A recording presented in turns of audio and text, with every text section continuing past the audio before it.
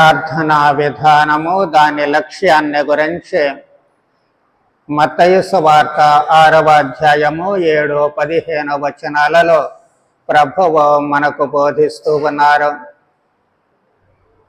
ప్రార్థనా విధానములో ప్రభువు ఒక విషయాన్ని స్పష్టం చేస్తూ ఉన్నారు. వ్యర్థ పదాలతో మీరు ప్రార్థించవద్దు అని. బోలెడన్ని మాటలు చెప్పి మనం ప్రార్థించనవసరం లేదు. తక్కువ మాటలతో సూటిగా మనం ప్రార్థించాల్సినటువంటిది ఏమిటి అనేది స్పష్టంగా ప్రార్థించాల్సినటువంటి అవసరము ఉంది. ఎందుకు అంటే వాస్తవానికి దేవునికి తెలుసు మన అవసరాలు ఏంటి అనేటువంటిది. కాబట్టి ఊరికే అనవసరమైనటువంటి మాటలతో ప్రార్థన చేయాల్సిన అవసరం లేదని ప్రభువు స్పష్టం చేస్తూ ఉన్నారు.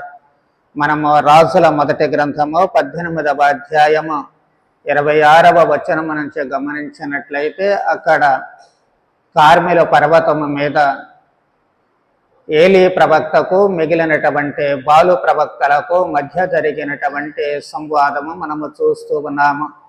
వాళ్ళు అక్కడ పోటీ పెట్టుకుంటూ ఉన్నారు. బలి సమర్పణ గావించాలి, నిప్పు లేకుండా ఎవరు బలి సమర్పించగలిగితే, దహించి వేయగలిగితే వాళ్లే గెలిచినట్లుగా వాళ్ళ దేవుడే గొప్పవాడు అని. బాలు ప్రవక్తల 400 మంది ఉన్నప్పుడు వాళ్ళు ప్రార్థన చేస్తూ ఉన్నారు. కానీ అక్కడ నిప్పు రాలేదు, ఆ బలి దహించబడలేదు. వాళ్ళు పెద్దగా అరుస్తూ ప్రార్థన చేస్తూ ఉన్నారు, తమ శరీరాలు కోసుకుంటూ ఉన్నారు. అప్పుడు ఏలీ ప్రవక్త అక్కడ వారిని గేలి చేయడం మనం చూస్తూ ఉన్నాము. ఇంకా బాగా పెద్దగా అరవండి, గట్టిగా అరవండి, ఎందుకంటే ఒకవేళ మీ దేవుడు నిద్రపోతున్నాడేమో, లేకపోతే ఇంకెక్కడికన్నా వెళ్ళి ఉంటారేమో, వినపడటం లేదేమో, కాబట్టి ఇంకా అరవండి అరవండి అని చెప్పి వాళ్ళను ఎంకరేజ్ చేసినట్లుగా గేలి చేస్తూ ఉన్నాడు ప్రవక్త. కాబట్టి వ్యర్థమైనటువంటి మాటలు, పెద్ద పెద్ద మాటలు, లేకపోతే గట్టిగా అరిస్తేనే దేవుడు మన ప్రార్థన వింటారు అనుకోవడం తప్పు. సర్వాంతర్యామి అయినటువంటి దేవుడు మనం ఎక్కడున్నా ఎంత చిన్నగా చెప్పినా మన ప్రార్థన ఆయనకు వినబడుతుంది, అర్థం చేసుకుంటారు. కాబట్టి మనము అనవసరమైనటువంటి మాటలతో ప్రార్థన చేయాల్సినటువంటి అవసరము లేదు. మరి ఈ ప్రార్థన లక్ష్యము ఏమిటి?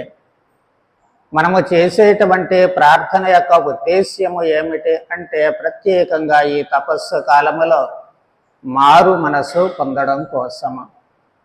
ఆ మారు మనసు పొందడానికి ఎలా ప్రార్థించాలి అనేటువంటిది ప్రభువు పరలోక ప్రార్థన ద్వారా మనకు చెబుతూ ఉన్నారు. చాలాసార్లు మనము పరలోక ప్రార్థనను ధ్యానము చేశాము.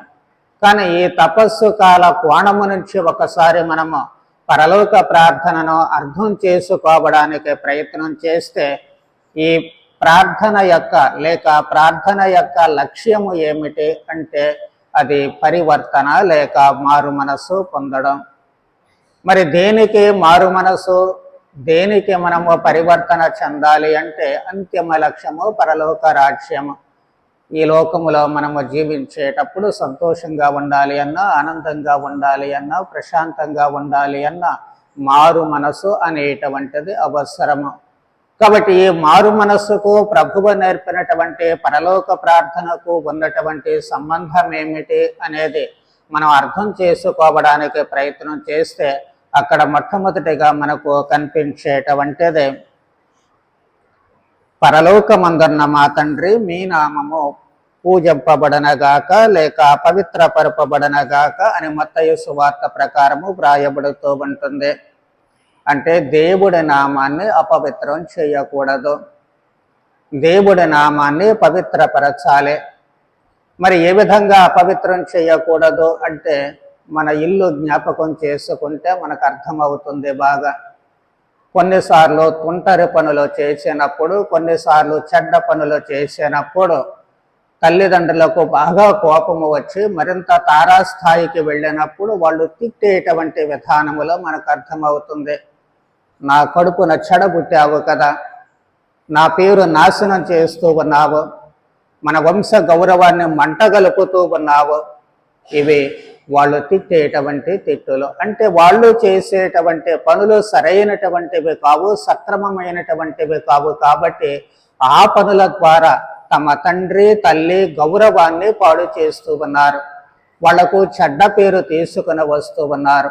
లేక ఫలానా వాళ్ళ వంశము అంటే దానికి ఒక పేరు ప్రఖ్యాతులు ఉంటూ ఉంటాయి. అందులో పుట్టినటువంటి నీవు ఆ గౌరవాన్ని కాపాడలేకపోతూ ఉన్నావు. అందుకే అక్కడ ఆ గౌరవాన్ని, ఆ వంశాన్ని అపవిత్రం చేస్తున్నావు, నీ తల్లి గర్భాన్ని అపవిత్రం చేస్తున్నావు, నీ తండ్రి పెంపకాన్ని అపవిత్రం చేస్తూ ఉన్నావు. అలాగే దేవుడి నామాన్ని కూడా పవిత్రం చేయకూడదు. ఎందుకు అంటే జ్ఞాన స్నానములో నీవు దేవుని బిడ్డగా మారావు, ఇక నుంచి నీవు దేవుని బిడ్డవు. కాబట్టి దేవుని బిడ్డ ఇలాంటి అప్రాచ్యపు పనులు చేస్తున్నాడేంటి అని చెప్పి ఎప్పుడూ కూడా ఎవరు అనకూడదు. అంటే నీవు చేసే పనులను బట్టి దేవుడు గౌరవింపబడాలి, ఆ గౌరవం తీసుకురావాలే తప్ప ఏనాడు కూడా ఆయన నామాన్ని అపవిత్రపరిచేటువంటి పనులు చేయకూడదు. అలా దైవనామానికి, దేవునికి గౌరవాన్ని తెచ్చేటువంటి బిడ్డలముగా మనమంతా కూడా జీవించాల్సినటువంటి అవసరము ఏర్పడుతూ ఉంటుంది. రెండవది దైవరాజ్యము. దైవరాజ్యము కోసము మారాలి, మనము పరలోక రాజ్యము కోసము మారాలి. పెద్దవాళ్ళు ఏం చెబుతూ ఉంటారు? నీ ఇల్లే నీకు స్వర్గము అని. మరి నీవు నీ ఇంటిలో ఉండేటువంటి సమయంలో నీ ఇంటిని స్వర్గధామం చేసుకోవాలి. ఆ స్వర్గధామం చేసుకోవడానికి నువ్వేం చేస్తూ ఉన్నావు? నీ ఇల్లు సంతోషానందములతో కళకళలాడడానికి నీవేం చేస్తూ ఉన్నావు? నీ ఇల్లు పచ్చగా ఉండడానికి నీవేం చేస్తూ ఉన్నావు? అక్కడ మారాలి. ఎవరికి వాళ్ళు ఎవరిష్టం వచ్చినట్లు వాళ్ళు ఇంట్లో చేసుకుంటూ పోతూ ఉంటే, ఒకరి మాట అంటే ఒకరికి గౌరవం లేకుండా పోతూ ఉన్నట్లయితే, మరి ఒకరి గురించి ఒకరు పట్టించుకోకుండా వదిలివేస్తూ ఉన్నట్లయితే అది స్వర్గం అవుతుందా? కొంతమంది చెబుతూ ఉంటారు, అయ్యో ఫాదర్ ఇంటికి వెళ్ళాలని, నరకం అంటే నరక కోపంలోకి వెళ్ళినట్లే అవుతూ ఉంటుంది. అంటే నీ ఇల్లు నీకు నరకంగా ఎందుకు మారుతూ ఉంటుంది? అక్కడ ఉన్నటువంటి లోపము అల్లా కూడా ఆ దైవ రాజ్యం అది, దానికి నీవు మారడం లేదు. ఇంట్లో ఉన్నటువంటి మనుషులందరూ దానికి అనుగుణంగా మారాలి, ఒకరినొకరు ప్రేమించాలి, ఒకరినొకరు గౌరవించాలి, ఒకరి కోసం ఒకరు జీవించాలి. అలా ఉన్నప్పుడు ఆ ఇల్లు స్వర్గధామంగా మారుతూ ఉంటుంది. కాబట్టి నరకప్రాయంగా ఇంటిని మార్చకు, స్వర్గధామంగా నీవు ఇంటిని మార్చు. అప్పుడే నీకు ఆనందము కలుగుతూ ఉంటుంది. నీ ప్రార్థనలో అది లక్ష్యము. అందుకే మీ రాజ్యము వచ్చనగా కానీ మనం ప్రార్థన చేస్తూ ఉన్నాము. మూడవది దైవ చిత్తము. మీ చిత్తం పరలోకములో ఎలా నెరవేరుతుందో ఇక్కడ కూడా నెరవేరాలి అని. మరి మన ఇల్లు మనకు స్వర్గధామంగా మారాలి అన్నా, మన ఇంటి పేరు నిలబెట్టాలి అన్నా, లేకపోతే కుటుంబ గౌరవాన్ని కాపాడాలి అన్నా, మనకు అత్యవసరమైనటువంటి లక్షణము ఏమిటి అంటే మన ఇష్టం కాదు, దేవుడి ఇష్టం చేయాలి. దైవ చిత్తం. మన ఇష్టం వచ్చేసరికి ఏమవుతుంది? మన ఇష్టం వచ్చినట్లు చేస్తాము, ఏది నచ్చితే అది చేస్తాము, ఎవరి మాట వినము. మనకు ఇష్టమైనటువంటి బోలెడన్ని ఉంటాయి, అవన్నీ చేసుకుంటూ పోతే నాశనం తప్పితే ఏమీ మిగలదు. అదే కదా అవ్వమ్మ ఆదాములు కలిసి మరి మానవ జాతి వినాశనాన్ని తీసుకుని వచ్చారు. వాళ్ళకి ఇష్టమైంది ఏంటి? పండు తినడం. నాయన అమ్మ మీరు తినొద్దు ఆ పండు అని దేవుడు చిలక చెప్పినట్లు చెప్పారు. బోళ్ళని ఉన్నాయి కదా అక్కడ తినడానికి, అదొక్కటే తినాలా పనిగట్టుకొని? వద్దన్నప్పుడు ఊరుకోవచ్చు కదా? అబ్బే లేదు, తినేశారు. ఎందుకంటే మా ఇష్టం. సమస్తాన్ని మా చేతికి అప్పగించారు దేవుడు, మా ఇష్టం వచ్చినట్లు చేయొచ్చు, అందుకే ఇష్టం వచ్చినట్లు చేశారు. ఆ ఇష్టం వచ్చినట్లు చెయ్యాలి అనుకునే కయనుడు ఏం చేశాడు? ఆబేలుని పట్టుకుని చంపేశాడు. మా ఇష్టం వచ్చినట్లు మేము చేస్తాము అనుకునే యోసేపు సహోదరులు ఏం చేశారు? ఆయన చంపడానికి చూశారు. ఏదో ఆఖరి క్షణాల్లో బుద్ధి మారి నీళ్లు లేనటువంటి బావిలో పడేసి అక్కడి నుంచి తీసి మళ్ళీ అమ్మేస్తూ ఉన్నారు, బానిసగా అమ్మేస్తూ ఉన్నారు. ఈరోజు మనమేమో తక్కువ తింటామా? ఒక్కసారి ప్రతి వాళ్ళము కూడా మన ఇళ్లను జ్ఞాపకం చేసుకున్నట్లయితే ఆ ఇంట్లో ఏం చేస్తూ ఉన్నాము? మన ఇష్ట ప్రకారమే ప్రతిదీ జరగాలని మనం కోరుకుంటూ ఉన్నామా? లేకపోతే ఇంట్లో ఉన్నటువంటి వాళ్ళ ఇష్టాయిష్టాలకు మనం ఏమైనా ఈ ప్రాతినిధ్యం ఇస్తూ ఉన్నామా? వాళ్ళ ఇష్టాయిష్టాలకు విలువ ఇస్తూ ఉన్నామా? వాళ్ళ ఇష్టాయిష్టాలను గౌరవిస్తూ ఉన్నామా? అవసరమైతే మన ఇష్టాన్ని కాస్త చంపుకోవడానికి ప్రయత్నం చేస్తున్నామా? చెయ్యము. ఎందుకు చెయ్యము అంటే మన ట్రైనింగ్ అలాంటిదే. పుట్టిన దగ్గర నుంచే మనకిచ్చినటువంటి ట్రైనింగ్, లేదా మనం ఇచ్చినటువంటి ట్రైనింగ్ అలాంటిదే.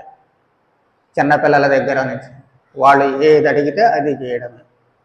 చేయకపోతే వాళ్ళు ఇల్లు బీకి పందిరేస్తారు అంతే. మరి ఎందుకు వాళ్ళని అలా వాళ్ళ ఇష్ట ప్రకారమే చేయనిస్తున్నాము? తినే తిండి దగ్గర నుంచి కట్టుకునే బట్ట వరకు, వెళ్ళే బడికి వరకు అన్నిట్లో కూడాను. ఫాదర్ ఆ స్కూల్కి రికమెండేషన్ రాసేవండి. ఇదేంటి ఇప్పుడు దాకా ఈ స్కూల్లో మావాడు చదవని అంటున్నాడండి. అక్కడ బడికి వెళ్ళడం లేదండి.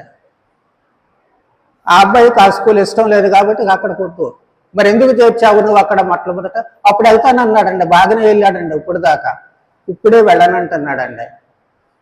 అయిపోయింది. అబ్బాయికి ఏం కావాలి అనేటువంటిది, ఎక్కడ సరైనటువంటి చదువు వస్తుంది అనేటువంటిది నిర్ణయించాల్సిందే నీవు. అలాగే బట్టల విషయంలో కూడాను చాలాసార్లు కొంతమంది పిచ్చి పిచ్చి బట్టలు కొంటూ ఉంటారు.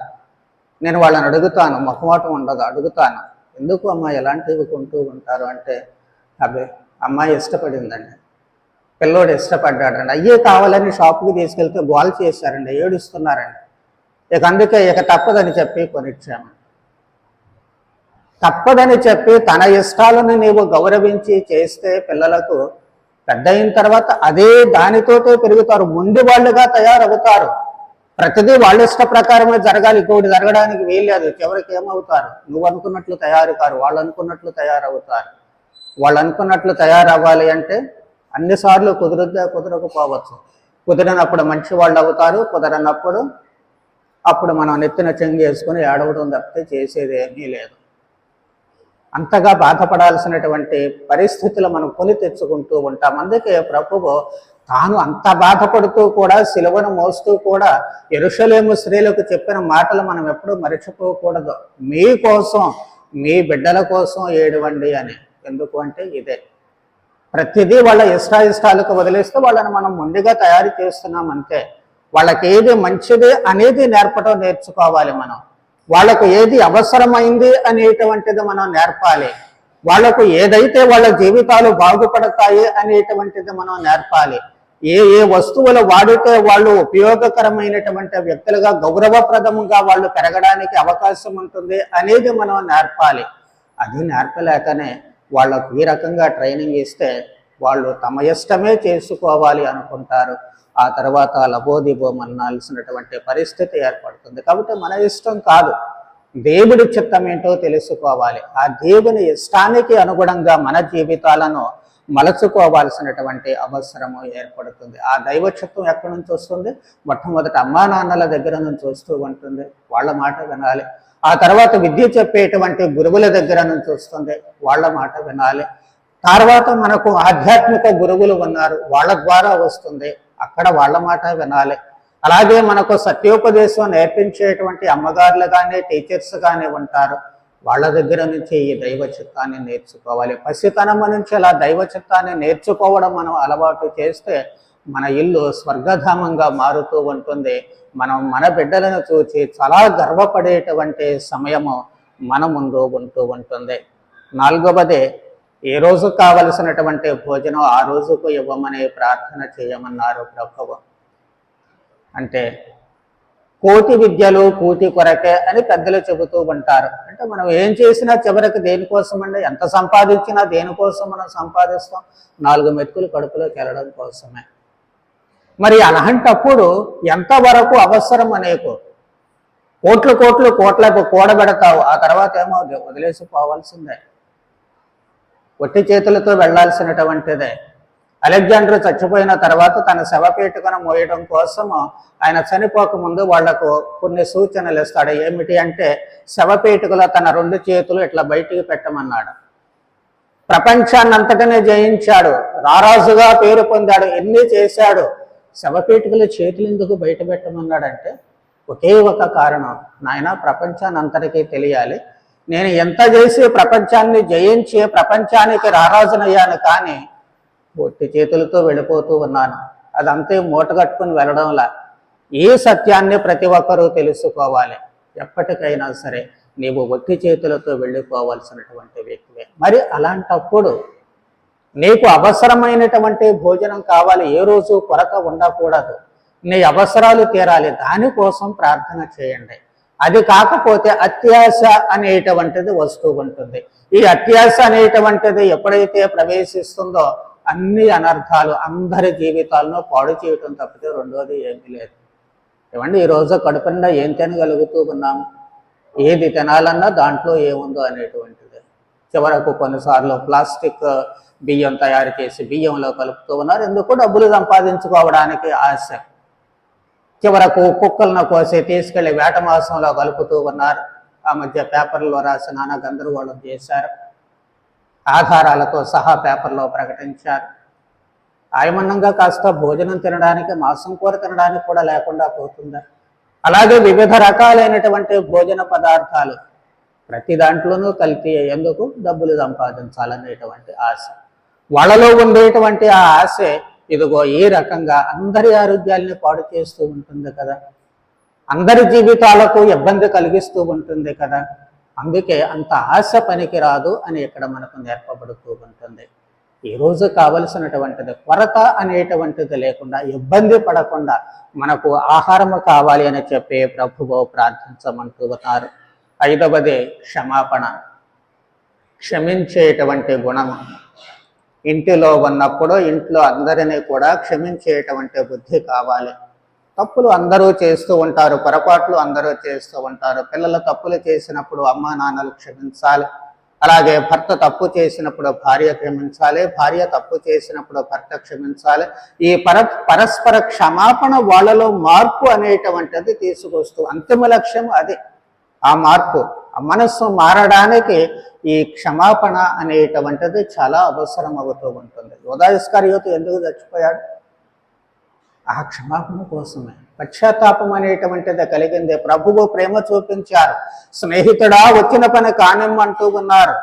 తనను ఒక స్నేహితుడిగానే చూశారు. చివరి వరకు కూడా ప్రభువు అదుగో ఆ మంచితనమే ఆయన ప్రాణాన్ని తీస్తూ ఉంటుంది. అక్కడ మంచితనము ఉండాలి, క్షమించేటువంటి గుణము ఉండాలి. తప్పులు చేస్తారు బలహీనతలు, తప్పులు తెలుసుకునేటట్లు చేయాలి, వాళ్ళను మంచి మార్గంలో పెట్టాలి. అది నీ లక్ష్యము.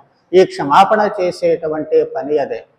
నీవు క్షమించకపోతే ఏమవుతూ ఉంటుంది? దేవుడు కూడా క్షమించడు అని చెప్పి చాలా స్పష్టంగా చెబుతూ ఉన్నారు. ఆ క్షమాపణలో షరతులు, అన్నిట్లో ఎక్కడ మనం షరతులు చూడం, కానీ క్షమాపణ వరకు వచ్చేసరికి ప్రభువు షరతుల గురించి మాట్లాడుతూ ఉన్నారు. నీవు క్షమించకపోతే నీవు కూడా క్షమించబడవు. అంటే దేవుడు దయామయుడు, ప్రేమామయుడు, కరుణామయుడు అని అంటూ ఉంటాము. మరి ఎందుకంటే దేవుడు అక్కడ ఆ షరతులు పెడుతున్నారు అని మనం అనుకోవచ్చు. ఎందుకు అంటే అక్కడ దేవుడు విధించేటువంటి షరతు కాదు. క్షమించలేనటువంటి మనిషి అసలు దేవుడి దగ్గరికే రాడు. కోపముతో ఊగిపోయేటువంటి మనిషి, పగతో రగిలిపోయేటువంటి మనిషి ఎప్పుడూ కూడా ఆ దూరంగా ఉంటూ, ఒంటరిగా ఉంటూ, ఎప్పుడు ఎవరిని ఎలా దెబ్బతీయాలని చూస్తాడే తప్ప మళ్ళీ లోపలికి రాడు. అందుకే ఆ క్షమాపణ అనేటువంటిది ఆయనకు లభించదు. తన క్షమాపణను తానే పోగొట్టుకుంటాడు. అదే క్షమించేటువంటి మనిషికి చేరువవుతాడు. ఇంట్లో క్షమించే బుద్ధి ఉంటే ఇంట్లోనే ఉంటాడు. స్నేహితులను క్షమించే బుద్ధి ఉంటే స్నేహితులతో కలిసి ఉంటాడు. సమాజాన్ని క్షమించే బుద్ధి ఉంటే సమాజంతో కలిసి ఉంటాడు. లేకపోతే ఒంటరివాడైపోతాడు, తన నాశనాన్ని తానే కొని తెచ్చుకుంటాడు. అందుకే ప్రభువు అది షరతు రూపంలో చెబితేనే మనకు అర్థం అవుద్ది అన్నటువంటి ఉద్దేశము చేతనే అక్కడ ప్రభువు ఆ షరతును చూపిస్తూ ఉన్నారు. చివరిగా 6వది ప్రభువు చెప్పినటువంటిది శోధనల్లో ప్రవేశించనొద్దు తండ్రి అని చెప్పి దేవుడికి దండం పెట్టుకోవాలి. రోజు ఈ శోధనలు ఎప్పుడూ కూడా మనకు ఈ చుట్టూ ఉంటూనే ఉంటాయి. రాయప్ప గారు చెబుతూ ఉంటారు, శోధనాకారుడు ఎప్పుడూ కూడా ఈ గాండ్రించేటువంటి పులి మాదిరిగా మన చుట్టూ తిరుగుతూ ఉంటాడు. గర్జించే సింహంలాగా మన చుట్టూ తిరుగుతూ ఉంటాడట. ఎప్పుడు ఎవరిని ఎలా కబళించాలి అనేటువంటిదే. ఈ సైతాను మరీ ప్రత్యేకంగా మనం దేవాలయంలోకి వచ్చినప్పుడు మన వెంట తిరుగుతూనే ఉంటుంది. ఎప్పుడు ఏ రకంగా మనల్ని ఈ శోధించాలి అనేటువంటిది. దేవాలయానికి వచ్చినప్పుడు ఎక్కడ లేని కబుర్లు ఎక్కడే గుర్తుకొస్తాయి. ప్రార్థన చేయాలి, దేవుడితో మాట్లాడాలి. దేవుడిని వదిలేస్తాం, పక్కన వాళ్ళతో మాట్లాడడం మొదలు పెడుతూ ఉంటాం. దేవుడి స్థానంలో ఏం చేస్తున్నాము? మనిషిని పెడుతూ ఉన్నాము. అయిపోయింది. దేవుడి స్థానంలో ఒక మనిషిని ఎప్పుడైతే పెడతామో అప్పుడే నీ నాశనాన్ని నువ్వే కొని తెచ్చుకుంటూ ఉంటావు.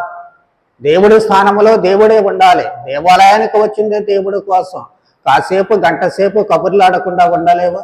పక్కమటోళ్ళతో మాట్లాడకుండా ఉండలేవా? దేవుడితో మాత్రమే మాట్లాడుతూ ఉండలేవా? నీ మనసులో నీ అవసరాలు, నీకు చేసిన మేలులకు దేవుడికి కృతజ్ఞత చెబుతూ వాటి గురించి ఆలోచించుకుంటూ ఉండలేవా? ఆ శోధనకు మనం దూరంగా ఉండాలి. అసలు సిసలైనటువంటి శోధన ఈ రోజుల్లో ఏమిటి అంటే సెల్ ఫోన్. అది మనల్ని ఎక్కడ కూడా వదిలిపెట్టదు. మనం ఏం చేస్తూ ఉంటాము? సైలెన్స్లో పెడతాము. సైలెన్స్లో పెట్టినప్పుడు అది ఉండి గుయ్యి గుయ్యి గుయ్యి అంటూ ఉంటుంది. అది ఎప్పుడెప్పుడైతే గుయ్యి గుయ్యి అంటూ ఉంటుందో బుర్ర ఏం చేస్తుందో చూడు చూడు చూడు అంటుంది. ఎప్పుడైతే చూడు చూడు అంటుందో చెయ్యి ఆటోమేటిక్గా అక్కడికి వెళ్తుంది, దాన్ని తీస్తుంది. అప్పుడు కళ్ళు చూడు చూడు అంటాయి, చూస్తాయి. చూసిన తర్వాత ఊరుకుంటారా? అబ్బే, మళ్ళీ సందేశం, వాళ్ళకి రిప్లై పెట్టాలి, వాళ్ళకు మెసేజ్లు పంపాలి. దేవాలయంలోకి వచ్చింది నువ్వు మెసేజ్లు పెట్టాను, కాసేపు కూర్చోవచ్చు కదా కదలకుండా. ఫోన్ పట్టుకోకుండా ఉండలేమా? మనం ఏదైనా వదిలేస్తాం కానీ ఫోనును మాత్రం వదిలేయి. దేనన్నా చూడకుండా వదిలేస్తాం కానీ ఫోనును చూడకుండా వదిలేయమా? అత్యంత ప్రమాదకరమైనటువంటి శోధన ఈ రోజుల్లో ఇదిగో ఈ సెల్ ఫోనే. అందుకే ఒక చిన్న వీడియో చూశాను ఈ మధ్యకాలంలో, ఎవరు పంపారు కానీ, అక్కడ దివ్య బలి పూజ ప్రారంభం కావడానికి ముందు గురువు అర్పణ కోసము ఒక చిన్న బాస్కెట్ తీసుకుని నిలబడతారు పీఠం ముందు. అందరూ కూడా అర్పణ వేస్తూ ఉన్నారు. నాకు చూచేటప్పుడు అనిపించింది, ఇదేమిటి ఫాదర్ గారు అర్పణ సమయంలో అర్పణ పట్టకుండా పూజకు ముందు అర్పణ పడుతున్నారు ఏమిటి, ప్రవేశ గీతం పాడుతూ ఉంటే అనుకున్నాను. వాళ్ళు వేసేటువంటి ఆ అర్పణ చూసిన తర్వాత కానీ అసలు విషయం అర్థం కాల.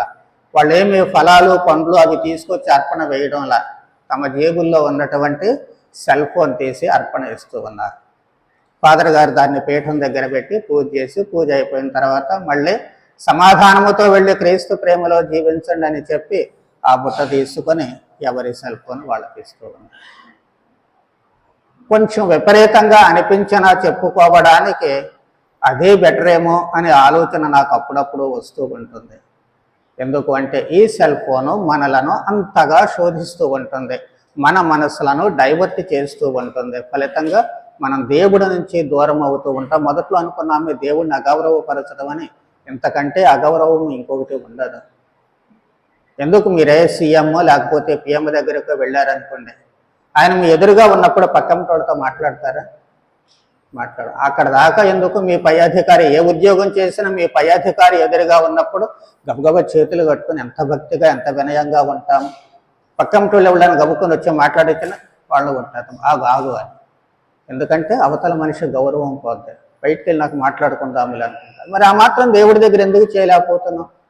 అది నేర్చుకోవాలి మనం. అది నేర్చుకున్నప్పుడే మనకు వచ్చేటువంటి శోధనలు జయించేటువంటి శక్తి మనకు ఉంటుంది. అందుకే ప్రభువు ఈ పరలోక ప్రార్థన నేర్పారు. దీని ద్వారా ఈ విధముగా మనము మనస్సు మార్చుకున్నట్లయితే, మనలో పరివర్తన అనేటువంటిది కలిగినట్లయితే మన జీవిత లక్ష్యం ఉందే పరలోక రాజ్య ప్రవేశం. దాన్ని మనము ఖచ్చితంగా పొందడానికి అవకాశము కలుగుతూ ఉంటుంది. కాబట్టి దివ్య బలి పూజలో పాల్గొనేటువంటి మనము మన జీవితంలో ఎదురయ్యేటువంటి వివిధ రకాలైనటువంటి ఈ శోధనలు అన్నిటినీ కూడా జయించుకుంటూ మనలో అసలు సిసలైనటువంటి పరివర్తన కలిగి దేవునికి ప్రియమైనటువంటి బిడ్డలముగా, దేవునికి గౌరవాన్ని తీసుకొచ్చేటువంటి బిడ్డలముగా పరలోకములో ప్రవేశించే భాగ్యాన్ని ప్రసాదించమని ప్రార్థన చేద్దాం. పితా పుత్ర పవిత్ర ఆత్మ నామమున. దేవుడు మిమ్ము మీ కుటుంబములను దీవించుదరగాక.